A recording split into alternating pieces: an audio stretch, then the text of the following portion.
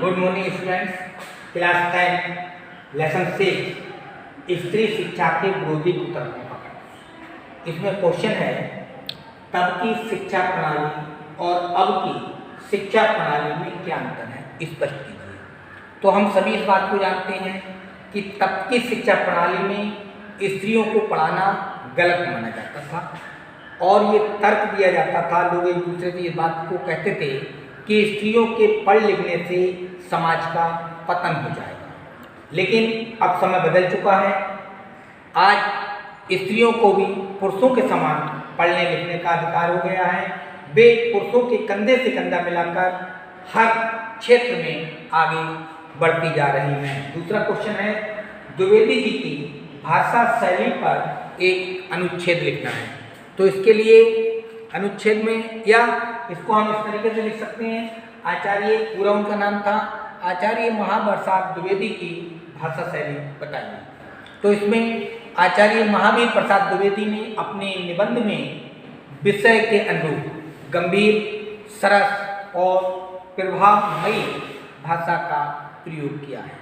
विचारपूर्ण निबंध होने के कारण इसमें अनेक स्थानों पर समास युक्त शब्दों का प्रयोग हुआ है।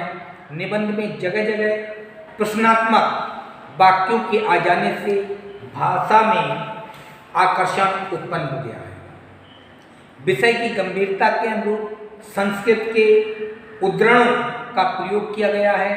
निबंध में खड़ी बोली के विकासशील रूप को स्पष्ट रूप से देखा जा सकता है। इस निबंध में द्विवेदी जी ने विचारात्मक शैली का प्रयोग किया है, इसलिए सरसता का भाव सब जगह दिखाई पड़ता है। द्विवेदी जी के चुटीले व्यंग के कारण निबंध की छटा और भी आकर्षक हो गई है।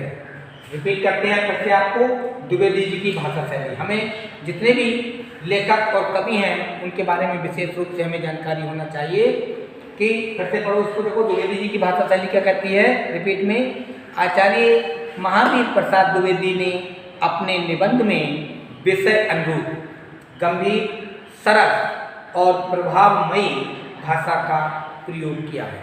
विचारपूर्ण निबंध होने के कारण इसमें अनेक स्थानों पर समास युक्त शब्दों का प्रयोग भी किया गया है।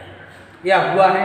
निबंध में जगह जगह पर प्रश्नात्मक वाक्यों के आ जाने से भाषा में विशेष आकर्षण उत्पन्न हो गया है।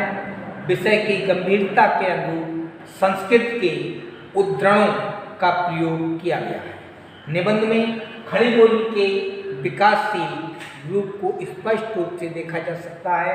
इस निबंध में द्विवेदी जी ने विचारात्मक शैली का प्रयोग किया है, इसलिए समरसता का भाव सब जगह देखने को मिलता है या सब जगह दिखाई पड़ता है। द्विवेदी जी के चुटीले व्यंग के कारण निबंध की छटा और भी आकर्षक हो गई है। Thank you, have a nice day.